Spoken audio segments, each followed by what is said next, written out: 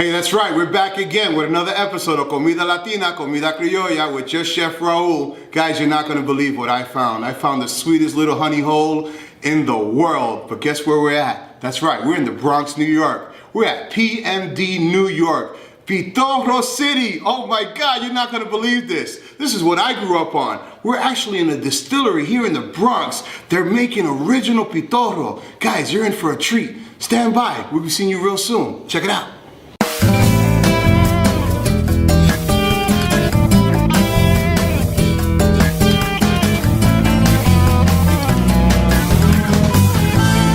I'm here with Bill, the owner of PMD New York. Guys, I told you you're in for a treat today. Hey Bill, thanks for having me. Well, how's it going today? My pleasure. We're doing good. Thank you. Tell me a little bit about what's going on here. We're at this great bar. I know that we're doing some real down-home Puerto Rican stuff. That's right. And it's called pitorro, right? It's called pitorro. And pitorro is moonshine for those out there that really don't know what it is. Pitorro is a Puerto Rican moonshine. It's been distilled since the 1700s in Puerto Rico, and we're the first ones doing it legally in the United States. And you're doing it legally in the United States, not just the Bronx where I grew up, but legally in the United States. Tell me how you made that happen.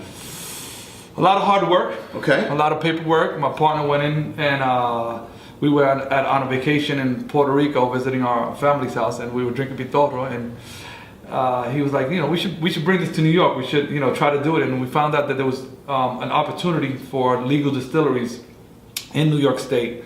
We just went in, called some lawyers, and started the process. So obviously, so that the people that don't really know out there is that moonshine is not legal anywhere, but this does not become moonshine anymore. Now we're actually doing it legal because we're helping the farmers. Is that what I understood? Yep. Something like that? We have a Farm D license. Okay. Which we have to use New York State farms materials. So we use New York State apples, New York State honey, New York State corn, and the only product that we use that's not New York State is sugar.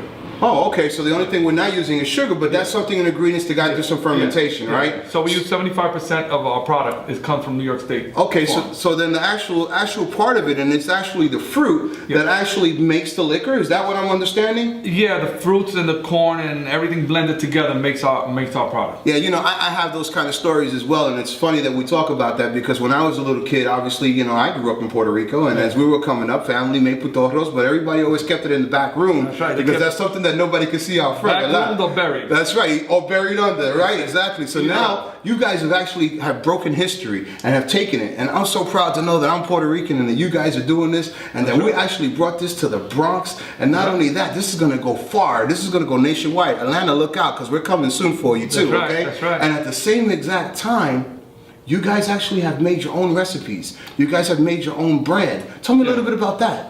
Well, we have different. We're the first ones to actually age pitorro. So we have an añejo. We're the first ones to barrel pitorro. So we have our aged version of it. Okay. It was something that our uncle wanted to do. And just never got the opportunity to do it. So when we were here, you know, we've just been testing. We said, all right, let's try it. Let's go for it. So this is a family recipe? Is that what I'm understanding? Yes, it is. That's a beautiful bottle too. You guys really taking it to another level, right? Yeah, we wanted to make sure that it appeals to everybody, not only Puerto Ricans. It has to appeal to everybody. I got you. No, and that's a really smart, you know, business tactic to it as well. Absolutely. But at the same time, I remember when I was a kid, we used to use those little Bacardi bottles. You know, the ones that you stick in your back pocket, La Caneca, right? Yeah. So now you guys are taking it to like what really looks like moonshine, right? That's right. Because it has a little hole and it goes. Yeah, we wanted to keep it as traditional as possible. So would it be considered now like a spritz, or what would it be considered? No, it's definitely a higher proof moonshine. So it's a higher proof. Where are we at? We're at 92 proof for our shine. We're at 80 proof for our age. Wow! But it's very smooth. You probably won't expect how smooth it is. So you have to taste it. Well, let's do that. Let's test it out. Okay, that sounds great. Let's give you the shot glass. We're going to start with our shine. Okay, so then we have the shine, and the shine is the light, correct? Yeah, the shine is the light. Okay, great. And we're gonna go ahead and start that. So now, do I gotta like sit back? Am I gonna get like thrown back like when I was a kid? That, you know, they used to make you eat the fruit when you had a toothache because they had all that liquor inside of it, and they made you chew that, and because like I said, te vaya el dentor, ¿verdad? No, you're gonna definitely enjoy it. Oh, I am. Okay, that sounds great, guys. I'm so excited. I got to tell you, you know, this just took me back to childhood, and even worse.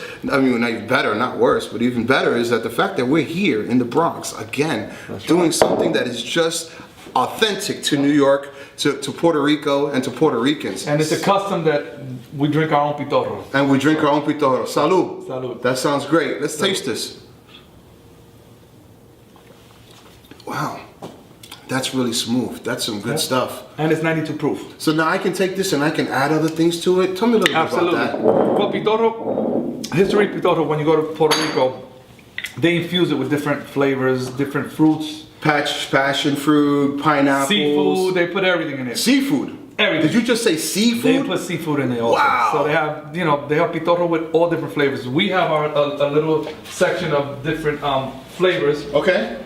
We have pineapple. Okay. We have amaretto flavor almonds. We have Amaretto, pineapple, yeah, coconut flavor, honey. Okay. Habanero, cinnamon, coffee. We have grandma's recipe, which is prunes, raisins, and a hint of cinnamon. Oh man, that must be delicious. We got tamarind. Oh wow. And we have ginger. So the tamarind is tamarindo. Tamarindo, coco, piña, right? Yeah, wow. I mean, it's just like every kind of fruit that you could possibly. But those you can only get here. Now I heard stories a long time ago that people even put meat inside of things like that, and they put little bits of meat, and they.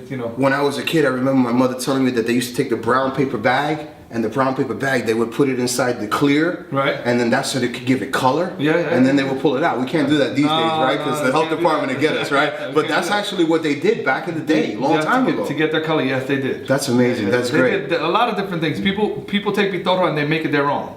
So all we're doing is selling them the base. So we're just selling the base, and now they'll go home and make it their own. So can we do the same thing with the añejo? The age, no. The age you're not gonna infuse. It's just a nicer quality part of pitorro. Okay, so this is to be like taking like a shot, like a straight shot on ice. Okay. With Red Bull, with Oh really? Red Bull. Okay. Yeah, with whatever you like. Okay. This is more like like the cognac guys. Gotcha. They really enjoy this. Gotcha. And then the And the shine, you can do anything you want. And this is the one that we're going to infuse different flavors to and go from there. Absolutely. Do you think that it would be okay for the audience and for me to take a look at each side and take a look at how you guys actually make this? Absolutely. I'm just so intrigued. I'm just so excited about being here. Absolutely. I'm honored to be here, and I really want to thank you for having me here. Pleasure to have you. Hey guys, we're going to go take a tour of this. Stay tuned. We'll be right back.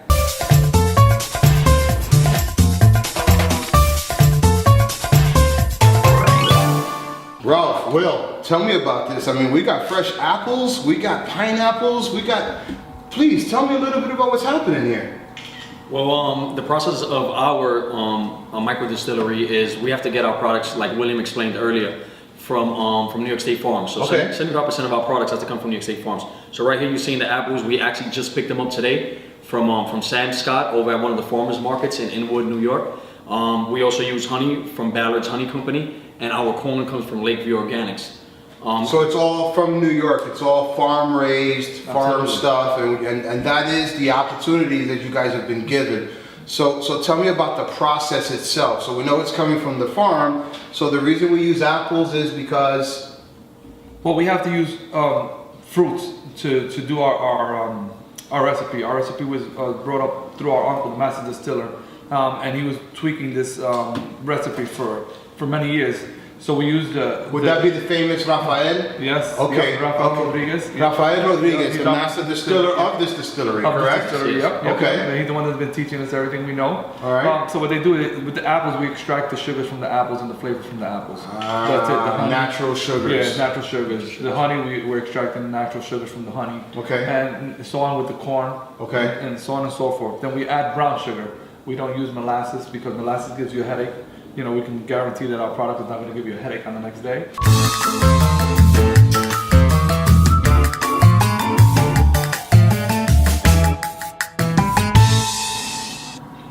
This is what I call the new millennium. This is amazing.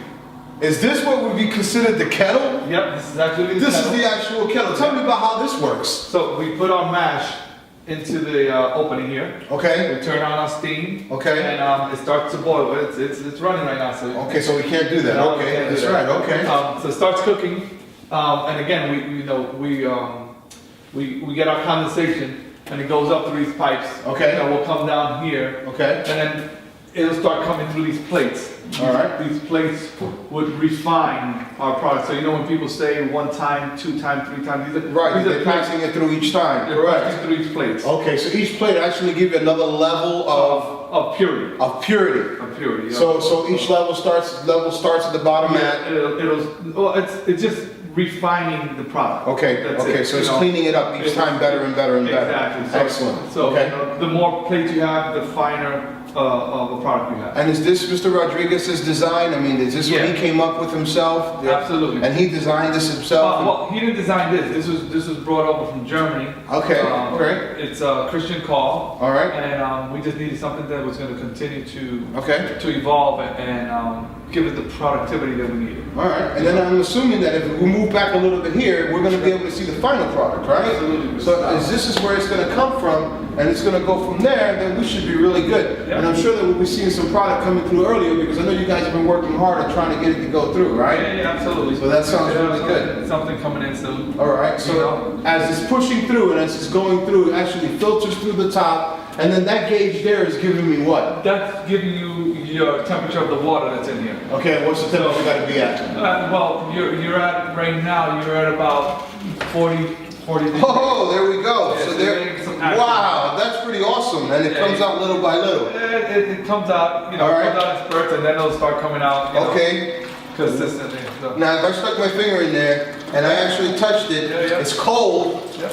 Ooh, wow, that's some strong stuff. Yeah. This is probably coming out at about 189 proof right now.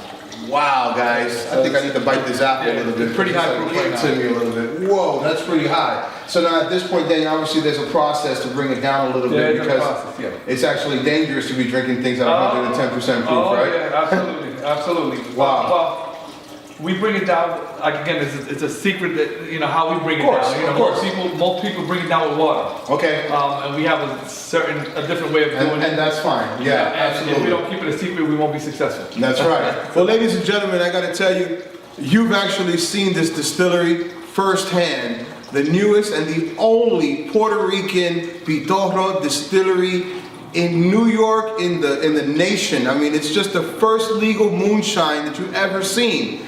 And I've been honored as your chef Raul from Comida Latina to be here with Will and to be there with Ralph and actually be able to actually put this all together and bring it to you in your homes. I really appreciate you guys, and as I always tell you, buen provecho. We'll see you soon. Comida Latina, Comida Criolla. Talk to you soon. So I hope you guys enjoyed the show this evening. I gotta tell you, here in the Bronx, Comida Latina, Comida Criolla, right at PMD New York. You got to check it out next time you come out here. They're off of Bruckner Boulevard, and I promise you that the experience is going to be out of this world. Pitorro of all flavors, but you can take home your own Pitorro and make your own flavors. Comida Latina, Comida Criolla, your chef Raul on ovnlatino.com. Don't forget, check it out, ovnlatino.com. See you, buen provecho.